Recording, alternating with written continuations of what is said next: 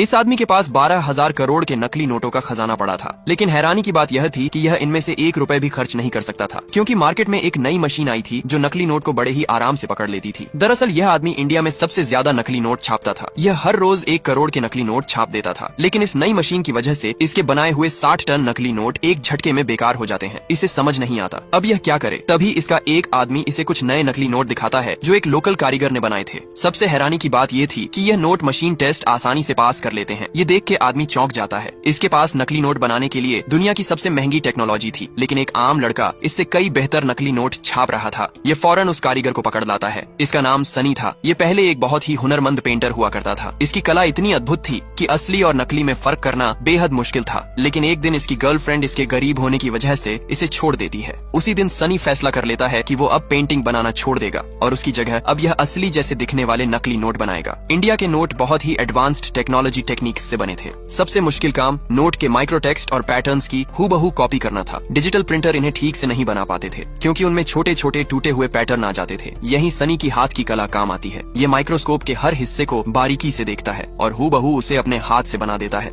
फिर उन हिस्सों को जोड़कर यह एक परफेक्ट मास्टर शीट तैयार करता है। इसके बाद इस शीट पर कई सुधार किए जाते हैं। पहले इस पर नई परतें चढ़ाई जाती हैं, फिर इस पर कोटिंग और हीटिंग की जाती है। लेकिन जब प्रिंटिंग की बारी आई तो एक और दिक्कत आ गई। पुरानी मशीन एक बार में सिर्फ एक ही रंग छाप सकती थी, जबकि असली नोट में 4 अलग अलग रंग होते हैं। तब इसका दोस्त फिरोज, जो बचपन से ही प्रिंटिंग प्रेस में काम कर रहा था, सनी की मदद के लिए आगे आया। इसने चारों रंग एक एक करके प्रिंट किए और फिर उस पर चमकदार सिक्योरिटी स्ट्रिप जोड़ दी। इस तरह नकली नोट तैयार हो गए। पर सनी को यह नोट कुछ ज्यादा ही नए लग रहे थे। इन्हें असली नोट की तरह पुराना दिखाने के लिए यह नोट को चाय में डिब्बों देता है, फिर यह इन्हें सुखाता है। अब यह नोट सच में असली नोट की तरह दिखने लगते हैं। अब यह इन नोटों को टेस्ट करने के लिए एक शराब की दुकान पर जाते हैं। दुकानदार नोट लेता है और नोट को हाथ लगाते ही फौरन समझ जाता है कि यह नोट नकली है। किसी तरह ये यहाँ से बच के निकल जाते हैं। घर पहुँचने के बाद सनी सोचने लगता है कि इतनी मेहनत से बनाए गए नोट आखिर पकड़े कैसे गए। तभी यह एक और टेस्ट करता है। यह अपने दोस्त को आंखें बंद करके असली और नकली नोट में से नकली नोट पहचानने के लिए कहता है। इसका दोस्त हाथ लगाते ही नकली नोट को पहचान लेता है।